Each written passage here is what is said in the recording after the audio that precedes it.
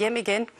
En tidligere formand for Dansk Pelsdyravlerforening har accepteret en bødestraf på 10.000 kroner. Det betyder, at han, Erik Ugilt Hansen, som han hedder, erkender sig skyldig i uforsvarlig behandling af mink på sin farm ved Hobro. Sagen begyndte at rulle for et år siden, da TV-avisen viste billeder af vanrøgtede mink fra farmen. Men dengang sagde Erik Ugilt Hansen, at der ikke var noget at komme efter. Men det er der i den grad, mener Dyrenes Beskyttelse. Der er dårlig dyrevelfærd i den danske pelsdyrsproduktion, så det er en ren tilståelsessag. Det var billederne her, der fik sagen til at rulle i TV-avisen sidste år. De er taget på Erik Ugilt Hansens minkfarm i 2010 af svenske dyreaktivister og viser vanrøgtede mink.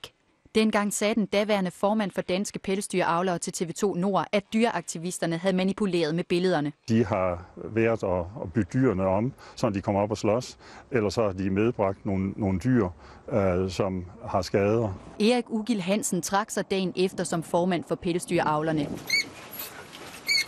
Samme dag kunne TV-avisen vise flere billeder af slemt tilredte mink. Det var ikke hvem som helst dyreaktivisterne havde besøgt.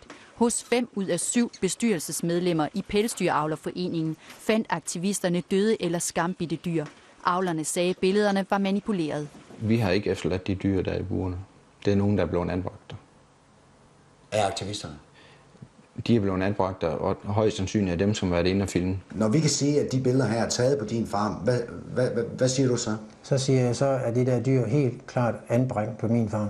Men politiet blev involveret og tilkaldte en dyrlæge fra Fødevareregionen, der besøgte Erik Ugilt Hansen. Her blev der altså fundet mink, der var slemt tilredte. Nu har den mangeårige formand for pelsdyravlerne erkendt sig skyldig i uforsvarlig behandling af mink og skal betale en bøde på 10.000 kroner.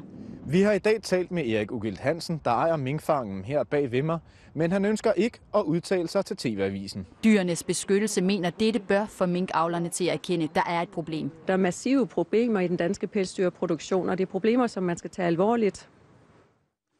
Ja, Dansk Pelsdyravlerforening ønsker ikke at medvirke i TV-avisen, men har sendt en meddelelse til os, og den hedder: Dansk Pelsdyravlerforening finder det beklageligt, at der er sket en fejlhåndtering af enkelte mink i den pågældende sag. Det bør naturligvis ikke forekomme. Det er dog væsentligt at understrege, at der er tale om uforsvarlig behandling af enkelte dyr, altså den mildeste kategori, og det siger Dansk Pelsdyravlerforening.